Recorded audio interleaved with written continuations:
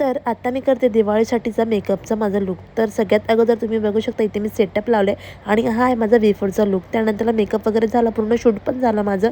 त्यानंतरला जायचं होतं बाहेर. मग काय केलं, पटापट फोटो वगैरे व्हिडिओज काढून घेतले, डायलॉग मारून घेतले. त्यानंतरला मी गेली किचनमध्ये आणि पटापट जेवण बनवलं घरच्यांसाठी आणि मग निघाली जाण्यासाठी. कारण की ना माझं आहे ना दिवाळीची बरीच शॉपिंग बाकी होती. जसं की बऱ्याच गोष्टी, रांगोळीपासून ते सगळ्या गोष्टी. सगळ्यात पहिला बाबूला मस्त बंदूक वगैरे घेतली, आम्हाला गजरे घेतले, रांगोळी घेतली आणि त्यानंतरला खूप सारी फिरलो आणि मग भूक लागली होती म्हणून सूप पिलं.